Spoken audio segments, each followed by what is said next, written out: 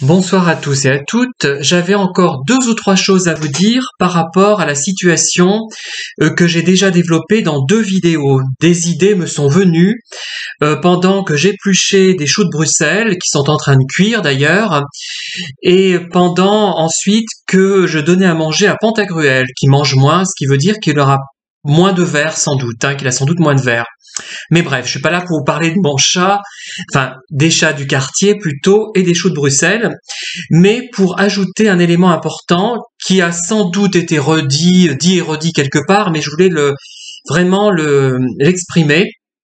C'est-à-dire que lorsqu'un profil atypique rejeté globalement, qu'on soit homo, atypique, au potentiel ou pas d'ailleurs, mais quand on est différent, quand on est un petit peu hors norme, un petit peu bizarre, quand on est rejeté habituellement, même si ce rejet n'est pas très violent, même s'il est implicite, même s'il est délicat finalement, même si ce rejet résulte du fait que les gens ont un peu peur de nous, on se sent malgré tout rejeté, on se trouve isolé.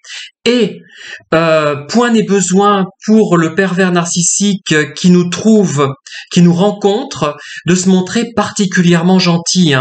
Il n'a pas besoin de faire beaucoup d'efforts pour obtenir quelque chose de nous, puisque il se trouve que tout le monde nous a rejetés, enfin je schématise un peu, de façon gentille ou méchante, ou alors on s'est rendu compte que les gens avaient peur de nous, qu'on les effrayait, que la façon dont on abordait la vie, les questions de la vie, les thèmes d'intérêt étaient trop différentes pour eux et que ça leur faisait peur. Donc on s'est trouvé quand même isolé. Eh bien le pervers n'a pas beaucoup de difficultés pour nous avoir. Finalement, on se dit chouette, il y a quelqu'un qui veut de moi. Bon, même s'il n'est pas forcément très gentil, même au départ, il y en a qui sont pas forcément très gentils, mais ils manifestent de l'intérêt, c'est-à-dire qu'ils veulent nous revoir. Et si on ne connaît pas le sujet, si on est totalement novice, bon, ça doit être rare maintenant, si on n'a jamais rencontré de pervers encore, on va se dire c'est formidable. Bon, il est un peu acariâtre, il est un peu, on va dire, caractériel, pour utiliser des termes un peu convenus.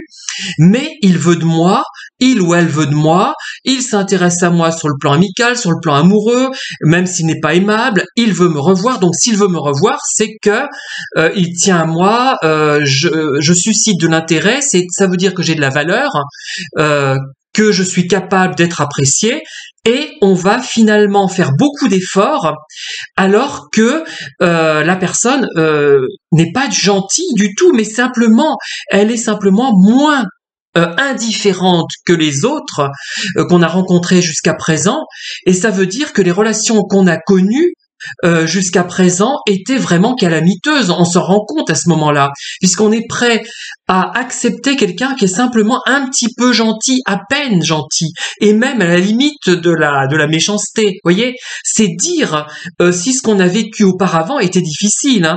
Bon, là, mon cas est quand même moins dramatique, mais à un moment donné, c'était un peu ça. Il y avait une très forte homophobie, une très forte un très fort rejet des gens hors normes, atypiques, un peu bizarres, et effectivement, dès qu'une personne se montrait un tout petit peu agréable, mais pas beaucoup, ça m'attirait forcément. Et voilà comment on tombe dans les griffes d'un pervers, en fait.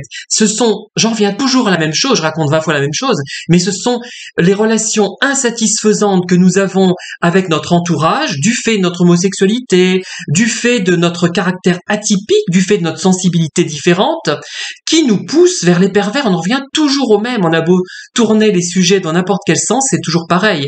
Bon, après, il y a aussi des gens qui sont loin d'être tout le temps rejetés, mais qui sont un petit peu rejetés, qui sont du moins insatisfaits des relations qu'ils ont avec les autres, puisque ces relations sont creuses, elles sont gentilles mais creuses, et ceux-là vont se jeter sur des pervers qui vont leur proposer, au départ du moins, des relations un petit peu idylliques, presque idylliques, et qui ne sont pas creuses a priori, mais elles le seront évidemment, mais au départ, ces gens ne se rendent pas compte que les relations vont être creuses ensuite. Voilà.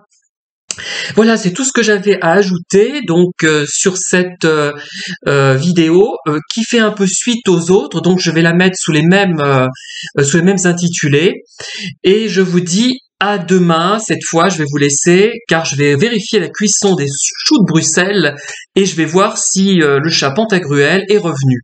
Merci de m'avoir écouté et à très bientôt. Bonne soirée.